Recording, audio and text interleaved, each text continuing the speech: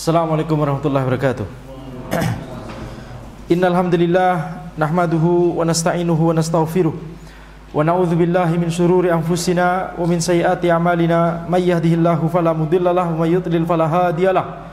Wa asyhadu an la ilaha illallah wahdahu la syarikalah wa asyhadu anna Muhammadan abduhu wa rasuluh. Allahumma shalli wa sallim ala sayyidina Muhammad wa ala alihi wa sahbihi ajma'in. Amma ba'd. Insyaallah kita lanjutkan pembahasan kitab Tadhkiratus Sami' wal Mutakallim fi Adabil Alim wal Muta'allim karya Ibnu Jama'ah Al-Kinani Asy-Syafi'i rahimahullahu taala, di mana kita sampai pada fasal yang ketiga, al-faslu tsalits, di bab tentang adab pengajar. Fasal yang ketiga ini tentang fi adabil alim ma'a talabatihi mutlaqan wa fi halqatihi.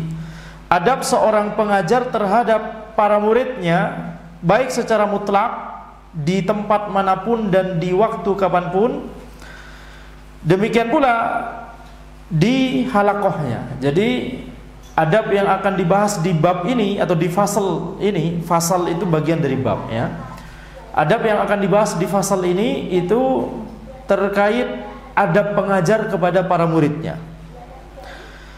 Wa huwa arba'ata asyar naw'an. Ada 14 adab yang akan disebutkan oleh penulis. Al-awwal ayyaqsuda bi ta'limihim wa tahdhibihim wajhallahi ta'ala.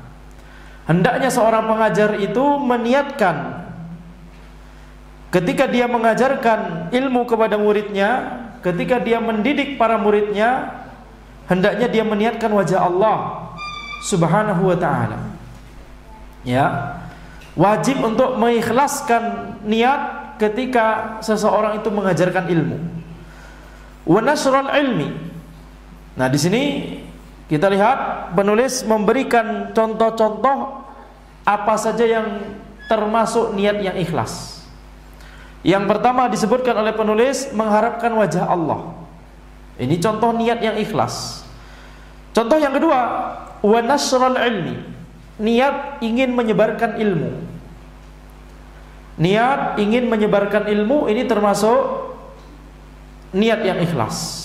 Menginginkan ilmu syar'i supaya tersebar, menginginkan supaya ilmu syar'i menjadi semarak, kajian ilmu syar'i menjadi semarak, masyarakat familiar dengan ilmu syar'i, masyarakat familiar dengan istilah-istilah di dalam syariat. Jadi bukan sesuatu yang asing, bukan sesuatu yang cuma bisa dinikmati oleh kalangan tertentu, kalangan yang mondok saja misalkan. Tidak demikian. Jadi seorang pengajar, seorang dai harus semangat menyebarkan ilmu. Jangan sampai ilmu tersebut hanya di pondok pesantrennya saja, hanya di ma'hadnya saja, hanya di jamiah, hanya di universitas Islam. Tidak demikian. Tapi dia harus semangat menyebarkan ilmu di tengah-tengah masyarakat, di masjid. Ya. Demikian pula masuk dalam masalah ini, kalau di zaman ini ada sosial media, itu juga bisa digunakan. Akan tapi itu cuma sekunder. Kegiatan menyebarkan ilmu yang paling utama adalah di masjid. Kemudian di tempat-tempat pendidikan seperti pondok, jamiah, ma'had. Baru setelah itu di tempat-tempat umum, di sosmed, di tempat kerja kita, kantor kita, begitu ya. Di lingkungan kompleks perumahan kita, di kampung kita, dan seterusnya. Wa ihya asy-syar'i. Contoh niat ikhlas yang ketiga yang disebutkan oleh penulis, menghidupkan syariat. Ini semakna dengan sebelumnya. Ya, menghidupkan syariat yakni menyemarakkan ilmu syar'i sehingga itu dikenal di masyarakat. Menghidupkan setelah matinya. Maksud mati di sini bukan yakni syariat itu kemudian menjadi mati, bukan maksudnya. Maksudnya adalah di daerah tersebut syariat tidak diajarkan. Ini seperti istilah as-sunnah al-mahjurah, yaitu sunnah-sunnah Nabi yang ditinggalkan. Ditinggalkan oleh siapa? Apakah oleh semua orang? Tidak. Ditinggalkan oleh sebagian orang di suatu tempat. Jadi terkadang ada tuntunan Nabi Muhammad SAW yang itu asing di tempat tertentu, di masyarakat tertentu. Contoh di negeri kita, syariat jenggot, betul tidak? Syariat niqab, alhamdulillah sekarang sudah mulai semarak ya, alhamdulillah. Atas pertolongan Allah Subhanahu wa taala, kemudian kegigihan para asatidzah, para dai, para duat. Maka itu namanya as-sunnah al-mahjurah, sunnah-sunnah Nabi yang ditinggalkan. Nah, menghidupkan sunnah ini, yakni mengajarkannya kembali ke masyarakat setelah sebelumnya masyarakat di tempat tersebut asing. Jadi sunnah Nabi yang ditinggalkan ini cuma berlaku pada tempat tertentu saja. Tidak mungkin sunnah Nabi ditinggalkan oleh semua orang, tidak mungkin. Syariat ini dijaga oleh Allah Subhanahu wa taala. Tapi di sebagian tempat, di sebagian waktu, di sebagian masyarakat bisa jadi itu mereka asing terhadap salah satu syariat atau sebagian syariat. Menghidupkan kembali ini pahala yang besar kata para ulama. Dan para ulama itu banyak menulis. Di antara karya-karya yang dituliskan oleh para ulama adalah dalam tema as-sunnah al-mahjurah. Sunnah-sunnah Nabi apa saja yang ditinggalkan. Kalau bapak-bapak langsung kepikiran satu hal ya. Senyumannya sudah membuat anak yakin antum paham apa yang nggak perlu dibahas ha? Asing betul tidak? Setuju antum? Menghidupkan sunnah terus. Tapi ya mas saya, sunnah yang mahjurah nggak cuma itu ya. Baik. Wa dawama zuhuril haq. Kemudian contoh niat ikhlas berikutnya adalah senantiasa menampakkan al-haq, menampakkan kebenaran. Kenapa? Karena bisa jadi al-haq itu tersamarkan atau tersembunyi atau kalah argumentasi dengan kebatilan. Bisa jadi. Maksudnya adalah argumentasi batil itu ditampakkan oleh orang-orang yang batil. Argumentasi yang hak itu belum ada yang menampakkannya. Ini kesempatan besar bagi para ulama, para ustadz, para dai untuk mengambil peran ini, menampakkan al-haq, menampakkan argumentasi yang hak. Di tengah-tengah banyaknya orang-orang yang bisa berbicara di zaman ini. Di zaman ini untuk menyampaikan pendapat semua orang bisa. Ya, kalau di zaman dulu semua orang bisa menulis.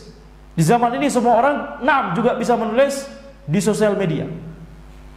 Jadi harus semakin, yakni setiap dai, setiap ulama, setiap ustadz harus semakin semangat untuk menyebarkan al-haq di tengah gempuran argumentasi-argumentasi yang batil yang banyak disebutkan oleh orang-orang. Dan ini tanggung jawab juga bagi para penuntut ilmu. Di antara syukur nikmat, mensyukuri nikmat kita dimudahkan oleh Allah untuk menuntut ilmu adalah kita sejak dini meniatkan untuk mengambil peran ini. Ya. Jadi jangan fokus pada anak ingin menjadi seorang ustadz kibar, syekh kibar. Jangan fokus pada diri kita, fokus pada tujuan. Apa tujuan kita? Menyebarkan ilmu, menyampaikan ilmu. Itu tujuannya, itu yang menjadi fokus kita. Sebagaimana yang Anda sebutkan. Kunci supaya, tips supaya kita bisa memiliki niat yang ikhlas, jangan lihat ilmu tersebut bersumber dari mana. Ini bersumber dari anak. Bukan. Tapi lihatlah tujuannya. Tujuan kita adalah ilmu ini tersampaikan, baik oleh anak ataupun oleh saudara kita yang saudara, yakni para duat yang lain, para asatidzah, para ulama, para masyayikh, masya Allah. Ya, atau oleh penuntut ilmu, oleh murid kita, oleh rekan sepantaran kita. Biasanya hasad banyak di antara rekan sepantaran, betul tidak? Antum tidak mungkin hasad sama Syekhul Islam Ibnu Taimiyah. Betul? Siapa antum ya? Tapi ketika Syekhul Islam Ibnu Taimiyah masih tulabul ilm, rekan sesama sepantaran bisa jadi, betul tidak? Wa humulal batil. Demikian pula contoh niat ikhlas adalah menenggelamkan kebatilan. Wa dawama khairil ummah bi kathrati ulamaiha. Contoh niat ikhlas berikutnya adalah ingin supaya kebaikan di umat ini itu senantiasa langgeng dengan banyaknya ulama. Yani ketika seorang pengajar ilmu mengajarkan ilmu syar'i, di antara niat yang bisa dia niatkan, di antara niat ikhlas yang bisa dia niatkan adalah ingin memperbanyak jumlah ulama di tengah-tengah umat. ya, ingin memperbanyak jumlah orang yang berilmu di tengah-tengah umat, ingin memperbanyak jumlah para ulama di Indonesia. Mungkin tidak di Indonesia ada ulama. Ini sering Anda tanyakan. Sangat mungkin ya. Di antara nama-nama yang kita kenal itu sudah bisa dianggap sebagai orang berilmu, ahli ilmu. Maka memperbanyak jumlah ulama, jumlah ustadz, jumlah dai, jumlah penuntut ilmu di tengah-tengah umat ini adalah sumber kebaikan di masyarakat, sumber kebaikan untuk umat. Sebagaimana perkataan Ibnu Qayyim rahimahullah, seluruh kebaikan dan kemaslahatan bersumber dari ilmu, dan seluruh keburukan dan kemadaratan bersumber dari kejahilan. Jadi kalau kita memperbanyak ilmu, kita sendiri memperbanyak belajar ilmu, kemudian memperbanyak menularkan ilmu tersebut, menyebarkan ilmu tersebut ke orang lain, maka ini kita sedang memperbanyak kebaikan dan kemaslahatan di tengah-tengah masyarakat. Waqtinama thawabihim, ya, yaitu di antara niat ikhlas adalah ingin memperbanyak pahala dengan cara mengajarkan ilmu kepada para murid. yakni itu bisa dianggap sebagai aset pahala ya. Ketika kita mengajarkan ilmu kepada murid kita, bukankah kita akan mendapatkan pahala setiap ilmu tersebut diamalkan oleh murid kita tersebut? Wa tahsila thawabi man yantahi ilaihi ilmuhum min ba'dihim. Demikian pula ketika ilmu tersebut, ilmu yang kita ajarkan kepada murid kita, kemudian balik diajarkan oleh murid kita kepada orang lainnya lagi, maka orang-orang lain tersebut ketika mereka mengamalkan ilmu tersebut, kita juga akan dapat pahala. Man sanna sunnatan hasanatan falahu ajruha wa ajru man amila biha ila yaumil qiyamah. Barang siapa yang menunjukkan jalan kebaikan, maka dia akan mendapatkan pahalanya dan pahala orang-orang yang meneladaninya dalam kebaikan tersebut. Dia akan mendapatkan pahala hingga hari kiamat. Inilah yang disebut sebagai amal jariah, betul tidak? Nah, wa barakata du'aihim lahu wa tarahumihim alaih. Demikian pula niat ikhlas. Contoh niat ikhlas adalah ingin mendapatkan keberkahan dari doa murid-murid kita dan doa orang-orang yang mengambil ilmu dari kita, baik secara langsung ataupun tidak langsung. Yang secara langsung berarti murid kita langsung, yang secara tidak langsung orang-orang setelahnya. Bukankah kalau kita membaca nama-nama para ulama, kita akan mendoakan rahimahullah, rahimahumullah, betul tidak? Ini doa. Jadi di antara kita mensyukuri ilmu yang kita dapatkan adalah kita mendoakan para ulama yang telah mengajarkan kita ilmu dengan doa yang memang itu kita hadirkan makna doanya tersebut. Anda sering berulang kali mengingatkan hal ini. Jadi jangan cuma di lisan saja. Setiap nyebut nama ulama rahimahullah. Ya, tapi rahimahullah cuma di lisan saja. Tidak kita hadirkan maknanya. Rahimahullah, semoga Allah merahmati beliau. Ya. Jadi harus kita berusaha hadirkan, karena itu nanti akan kembali kepada diri kita sendiri. Bukankah kalau kita mendoakan para ulama itu berarti mendoakan ketika mendoakan secara diam-diam, betul tidak? Orangnya tidak tahu. Bisa jadi orangnya sudah meninggal dunia lama. Betul? Maka ini termasuk mendoakan saudara kita secara diam-diam. Wa dukhulahu fi silsilatil ilmi baina Rasulillah sallallahu alaihi wasallam wa bainahum.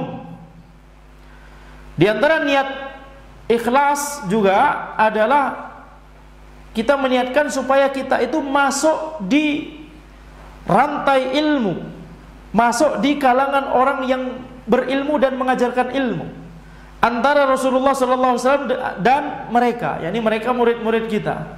Jadi yang menyampaikan ilmu dari Rasulullah SAW, ilmu yang diajarkan oleh Rasulullah SAW adalah siapa yang mengajarkan setelahnya? Para sahabat. Para sahabat mengajarkan kepada para tabi'in. Para tabi'in mengajarkan kepada para tabi'in.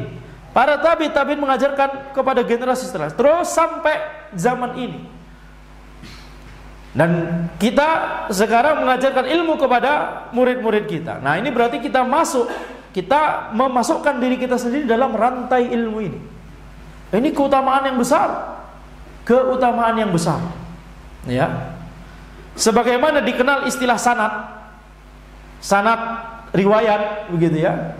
Maka ini yang kita maksud adalah sanad al-haq. Tidak hanya sekedar ini riwayat sanadnya an siapa sampai Rasulullah SAW. Tidak hanya demikian, tapi secara umum al-haq ini kita dapat dari mana? Dari para ulama yang mengajarkan kepada kita. Al-haq yang diajarkan oleh para ulama tersebut dapat dari mana? Dari para ulama guru-guru mereka. Al-haq tersebut dari mana? Dari terus sampai kepada para tabi'in, sampai kepada tabi'in, sampai kepada sahabat, sampai kepada Rasulullah sallallahu alaihi wasallam. Kita berarti sedang menyambung rantai al-haq ini, supaya al-haq tersebut tetap tampak. Dan semoga kita masuk dalam apa yang disebutkan oleh hadis Nabi Muhammad sallallahu alaihi wasallam, la tazalu ta'ifatun min ummati zahirina 'alal haq la yadurruhum man nawa'ahum hatta ya'tiyasa hatta ta'tiyahum sa' au kama qala. Ya, akan selalu ada sekelompok manusia, segolongan manusia dari kalangan umatku yang mereka itu selalu tampak di atas al-haq, tampak di atas kebenaran. Tidak akan memadaratkan mereka orang-orang yang membenci mereka, orang-orang yang memusuhi mereka, tidak akan memadaratkan mereka. Dan ini mereka akan selalu tampak di atas al-haq sampai hari kiamat. Inilah ahlus sunnah wal jamaah. Inilah ahlul hadithi wal athar. Inilah orang-orang yang mendakwahkan sunnah Nabi Muhammad SAW. Orang-orang yang menyebarkan al-haq, mengajarkan al-haq. Di antara ya, ketika banyak orang-orang lain yang mengajarkan kebatilan, mengajarkan kesyirikan, mengajarkan kekufuran, mengajarkan kebid'ahan. Maka ketika kita mengajarkan ilmu, mengajarkan al-haq tersebut, mengajarkan syariat Allah, sunnah Nabi Muhammad SAW, maka kita sedang menyambung rantai itu. Kalau kita tidak melakukannya, kita akan diganti oleh orang lain yang lebih baik dari kita. Islam tidak membutuhkan kita, akan tapi kita yang membutuhkan Islam, membutuhkan dakwah. Kalau kita tidak mau berdakwah, orang lain yang lebih baik dari kita yang akan berdakwah. Wa idatahu fi jumlati muballighi wahyillahi ta'ala wa ahkamihi. Di antara niat ikhlas juga adalah kita meniatkan supaya kita masuk dalam orang-orang yang menyampaikan wahyu Allah dan menyampaikan hukum-hukum Allah, yakni para ulama.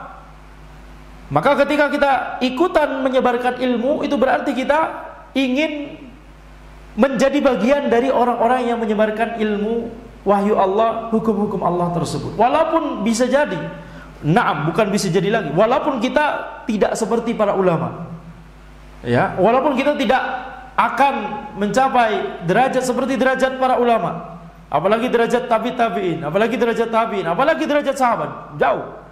Akan tapi minimal kita mencintai mereka dan kita sama-sama seperti mereka, meneladani mereka dalam menyebarkan ilmu. Ya. Fa inna ta'limal ilmi min ahammi umurid dini wa a'la darajatil mu'minin. Karena mengajarkan ilmu itu termasuk perkara agama yang paling penting, dan orang-orang yang mengajarkannya itu termasuk orang-orang dari kalangan kaum mukminin yang derajatnya paling tinggi. Qala Rasulullah sallallahu alaihi wasallam, "Innallaha wa malaikatahu wa ahlas samawati wal ardi hatta an-namlata fi juhriha yusalluna ala muallimin nasil khair." Rasulullah sallallahu alaihi wasallam bersabda, sesungguhnya Allah dan para malaikat Allah dan penduduk langit dan bumi sampai semut di lubangnya, mereka mendoakan kepada setiap yang mengajarkan manusia kebaikan, yang mengajarkan kebaikan kepada manusia. La amri ma hadza illa mansibun jasim wa inna nailahu la fawzun azim. Dan sungguh ini adalah suatu posisi yang tinggi sekali. Menggapai posisi ini adalah suatu keberuntungan yang besar, kesuksesan yang besar, kata penulis. Na'udzubillah min qawatihi wa muqaddiratihi wa mujibati hirmanihi wa fawatihi. Kita berlindung kepada Allah dari penghalang-penghalang ilmu, qawatihi, sesuatu yang membuat kita terhalangi dari ilmu atau terhalangi dari mengajarkan ilmu. Futur. Ya, ketika seorang futur Itu termasuk qawati'ul ilm, termasuk penghalang dari ilmu. Ketika seseorang ya beralasan sibuk karena kerjaannya, karena kuliahnya, karena urusannya, semua orang pasti sibuk. Kalau dituruti, gak akan ada waktu untuk mempelajari ilmu agama. Harus disempat-sempatkan, harus diprioritaskan. Ini masalah prioritas. Kita semua nggak ada yang lupa makan, betul tidak? Itu prioritas. Ada yang lupa makan? Mahasiswa ya, santri. Antum sudah makan belum ya? Yang jawab belum bapak masalahnya. Ini jadi itu diantara qawati'ul ilm. Di antara qawati'ul ilm yang lain adalah mempelajari ilmu dari orang yang salah. Ini termasuk pemutus seseorang dari ilmu, yakni ilmu yang sebenarnya. Mempelajari dari orang yang sesat, yang mengajarkan dia kebatilan, mengajarkan dia kesyirikan, kekufuran, kebid'ahan. Ya, maka ini diantara qawati'ul ilm. Wa muqaddirati, tentunya qawati'ul ilm banyak, tapi kita batasi ya 2 itu saja ya. Wa muqaddiratihi, sesuatu yang mengotori ilmu. Apa contohnya? Niat yang buruk. Contohnya niat yang buruk. Orang tersebut sudah yakni semangat mengajarkan ilmu tidak futur, semangat belajar ilmu tidak futur, belajarnya dari orang yang terpercaya, ilmunya terpercaya mungkin, tapi orang tersebut niatnya tidak ikhlas. Nah, ini mengotori ilmu. Ya, mengotori ilmu. Itu contoh muqaddiratul ilm, yaitu niat-niat yang tidak ikhlas. Contoh lain, hal-hal yang mengotori ilmu adalah petantang-petenteng ya, yang sering Anda sebut. Nah, baru tahu ilmu sedikit kemudian menjadi pendekar. Debat sana debat sini. Ini mengotori ilmu. Wa mujibati hirmanihi wa fawatihi. Demikian pula kita berlindung kepada Allah dari hal-hal yang membuat kita terhalangi dari ilmu dan terlewatkan dari ilmu. Apa contohnya? Rasa sombong dan malu. Sombong, yakni masa anak belajar agama, atau masa anak belajar yakni ngaji kepada orang tersebut ya. Orang tersebut teman kerja kita. Biasanya begitu ya. Kalau teman kerja, teman dulu waktu kuliah, teman dulu waktu SMA, itu biasanya ya, yakni tidak percaya ilmunya. Masa zaman dulu kita sama-sama makan pentol bakso bareng, sekarang dia jadi ustadz terus Anda harus belajar sama dia, gitu ya. Ya, ini paling sangat terasa kalau ini teman kerja kita. Biasanya terhalangi, yakni karena sombong atau malu. Ya, malu. Aduh, Anda sudah tua ini. Masa Anda belajar sama ustadz yang lebih muda dari Anda? Begitu ya, malu. Jadi mumpung masih muda harus dimanfaatkan. Karena ketika sudah usia lebih tinggi atau status sosial lebih tinggi, itu perasaan malu atau bahkan sombong itu lebih mudah untuk kita terjangkiti. Ya. Jadi selama kita masih kecil atau masih remaja itu sangat harus digunakan. Tentunya merupakan rahmat dari Allah Subhanahu wa taala, karunia dari Allah kalau kita sudah umurnya lebih tua, status sosialnya mungkin lebih tinggi, tapi kita masih mau belajar ilmu. Nah, ini adalah rahmat dari Allah, rahmat yang besar dari Allah Subhanahu wa taala, ya. Kemudian kita masuk adab yang kedua, ats-tsani, alla yamtani'a min ta'limit talibi li adami khulusi niyatihi. Hendaknya seorang pengajar jangan menghalangi muridnya, yakni jangan enggan mengajarkan ilmu kepada muridnya karena pengajar tersebut melihat niat murid tersebut tidak ikhlas. Jangan menghalangi ilmu dari muridnya, yakni enggan mengajarkan ilmu kepada muridnya karena ada tanda-tanda ketidakikhlasan niat pada muridnya tersebut. Fa inna husnan niyati marjuun lahu bi barakatil ilm. Karena tulusnya niat, baiknya niat itu diharapkan akan dimiliki oleh murid tersebut setelah dia ilmunya makin lama makin banyak, dan ilmu itu mendatangkan keberkahan. Nah, keberkahan ilmu inilah yang kemudian mengubah yang awalnya niatnya bisa jadi buruk menjadi lama-lama baik sendiri. Ya, tapi ini adalah tuntunan kepada siapa? Kepada pengajar, betul tidak? Ini fasalnya saja adalah tuntunan kepada para pengajar. Adapun kepada murid, wajib untuk senantiasa mengikhlaskan niat. Jangan menggunakan ini sebagai senjata. Oh, enggak masalah sekarang niatnya buruk dulu ya, mau niat ingin jadi dikenal sebagai pendekar dulu ya. Nanti kalau ilmu kita sudah banyak, keberkahan ilmu itu akan membentengi kita dari niat yang buruk. Jangan dari awal diniatkan seperti itu, karena kita tidak tahu ya apakah Allah akan memberikan makar kepada kita gara-gara niat yang buruk ini ya. Bisa jadi Allah akan semakin menjerumuskan dia, yakni tidak memberikan keberkahan ilmu kepada orang tersebut, bisa jadi. Tapi bagi pengajar, dari sudut pandang pengajar, kalau ada murid yang sepertinya niatnya tidak bagus gitu ya, maka jangan sampai tidak mau mengajarkan ilmu kepada murid tersebut karena alasan ini. Qala ba'dus salaf, sebagian salaf berkata, talabnal ilma li ghairillahi fa aba ay yakuna illa lillah. Kami dulu menuntut ilmu dengan niat untuk selain Allah, misalkan mengharapkan pujian, misalkan mengharapkan supaya dikenal sebagai orang berilmu. Akan tapi lama-lama ilmu tersebut membuat kita, melarang kita untuk memiliki niat tadi. Lama-lama ilmu yang dipelajari tersebut membuat kita berniat hanya untuk Allah Subhanahu wa taala. Ini kata sebagian salaf.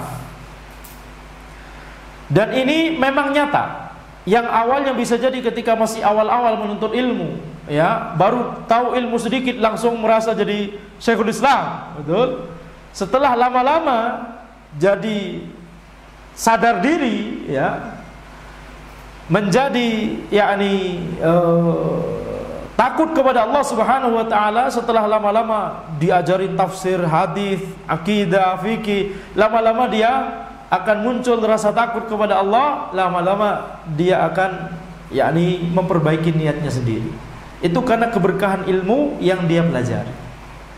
Dan ini memang nyata ya, memang ini terjadi. Cuma ini biasanya terjadi bagi orang yang yakni niatnya tersebut, yakni hatinya tersebut masih dominan kebaikan di dalam hatinya. Ini ada terkotori niat yang buruk, tapi itu bukan dominan. Tapi kalau niatnya itu, kalau hatinya dominannya adalah hati yang buruk, nah ini sedikit yang kemudian mendapatkan keberkahan ilmu seperti ini. Orang seperti yang tadi, yang dominan hatinya itu buruk, itulah yang nanti akan menjadi ulama su. Itulah nanti yang akan menjadi tipikal orang yang berilmu di fikih tapi mengajarkan kesesatan dalam masalah akidah. Contohnya seperti ini. Orang yang ahli dalam masalah nahwu, sorof, balaghah, ilmu bahasa Arab, tapi dalam masalah kesyirikan getol untuk ya mengajarkan kesyirikan, getol untuk mengajarkan takwil ayat-ayat Quran dan hadis Nabi sallallahu alaihi wasallam. Ini yang kondisi yang terjadi. Inilah yang disebut oleh para ulama istidraj dalam masalah ilmu. Istidraj dalam masalah ilmu. Ini yang kita sebut tadi makar Allah kepada orang ini. Ketika hatinya didominasi oleh keburukan, maka bisa jadi Allah tetap memberikan ilmu kepada orang tersebut, sehingga muncullah orang-orang seperti Zamakhsyari, ya, menuliskan tafsir Kasyaf, yang kemudian di situ akidah Mu'tazilah diajarkan oleh dia, sehingga muncullah orang-orang seperti Ma'bad al-Juhani mengajarkan Qadariyah, ya, pentolannya Qadariyah, sehingga muncullah orang-orang seperti Wasil bin Atha. Itu kalau cerdasnya, antum jangan tanya, cerdasnya itu cerdas sekali, akan tetapi hatinya didominasi oleh keburukan. Ilmu diberikan, naam, dia secara wawasan tinggi sekali, banyak sekali, akan tapi kemudian menyebarkan kesesatan. Ya, naudzubillah min dzalik. Ini apa? Makar dari Allah, istidraj dari Allah Subhanahu wa taala. Apa penyebabnya? Karena dari awal hatinya terbiasa dengan keburukan, dominan dengan keburukan. Jadi yang kita bahas sekarang di adab ini bagi penuntut ilmu yang secara dominan hatinya hanif, tapi terkotori oleh niat-niat, dan itu semua dari kita, tidak luput dari ini semua, betul? Semua dari kita pasti akan terjadi seperti ini. Yang lebih baik dari kita adalah yang berusaha untuk melawan itu. Yang paling berusaha untuk melawan itu, menghilangkan hal itu, berjuang meluruskan niat, itulah yang paling baik dari kita. Adapun kita semua pasti terkotori oleh niat-niat yang buruk tersebut. Ya. Maka di sini kita lihat, jadi itulah yang namanya yakni berjuang dengan niat kita. Para ulama melakukan itu semua. Yani para ulama mengatakan semua dari kita pasti akan terjangkiti tersebut, karena itu bagian dari godaan syaitan. Ya, syaitan akan membisikkan niat-niat yang buruk kepada hati kita. Yang terbaik dari kita adalah yang paling keras perjuangannya untuk menghilangkan itu. Qila ma'nahu fakana akibatahu ansara lillah wa li anna ikhlasan niyati law syurita fi ta'limil mubtadi'ina fihi ma usri ala katsirin minhum la'adda dzalika ila tafwidil ilmi katsiran minan nas, lakinna syaikha yuharridul mubtadi' ala husnin niyati bitadrijin qaulan wa fi'lan. Jadi makna dari perkataan salaf tadi, kami awalnya menuntut ilmu karena selain Allah, tapi kemudian ilmu tersebut membuat kita berniat hanya untuk Allah. Maknanya adalah yakni lama-lama niatnya menjadi hanya untuk Allah. Kenapa demikian? Karena ikhlas, niat yang ikhlas, kalau itu disyaratkan, yakni seorang pengajar baru mau mengajarkan ilmu kepada seorang penuntut ilmu, kalau penuntut ilmu tersebut ikhlas, maka ini susah, kata penulis. Bagi penuntut ilmu pemula ini susah. Ma'usrihi ala katsirin minhum. Banyak penuntut ilmu pemula yang mengalami kesulitan untuk meluruskan niatnya. Tapi seiring dia nanti belajar tafsiran ayat, belajar hadis-hadis, belajar makna ayat, makna hadis, belajar akidah, belajar keteladanan dari para salaf, semakin dia menuntut ilmu, semakin banyak, dia akan semakin mudah untuk yakni memiliki khusyah kepada Allah, bertakwa kepada Allah Subhanahu wa taala. Itu yang membantu dia untuk meluruskan niatnya. Jadi kalau disyaratkan niat penuntut ilmu harus lurus dulu, ini akan membuat ilmu itu tidak akan diajarkan. Hampir-hampir gak ada nanti penuntut ilmu yang niatnya benar-benar lurus. Akan tapi yang harus dilakukan oleh seorang syekh, seorang pengajar adalah memotivasi penuntut ilmu pemula untuk memperbagus niatnya secara pelan-pelan, baik itu memotivasi secara perkataan ataupun secara perbuatan. Memotivasi secara perkataan, yakni menasihati dengan kata-kata. Memotivasi secara perbuatan maksudnya adalah mencontohkan niat yang ikhlas, ya, mencontohkan hal tersebut kepada para muridnya. Wa yu'allimuhu ba'da unsihi bihi annahu bi barakati husnin niyati yanalu rutbatat al-aliyah minal ilmi wal amal. Seorang pengajar hendaknya mengajarkan kepada muridnya, yakni setelah lama bermuamalah, setelah lama berinteraksi, ya, seorang pengajar itu lama-lama yakni hendaknya mengingatkan, mengajarkan, menasihati murid-muridnya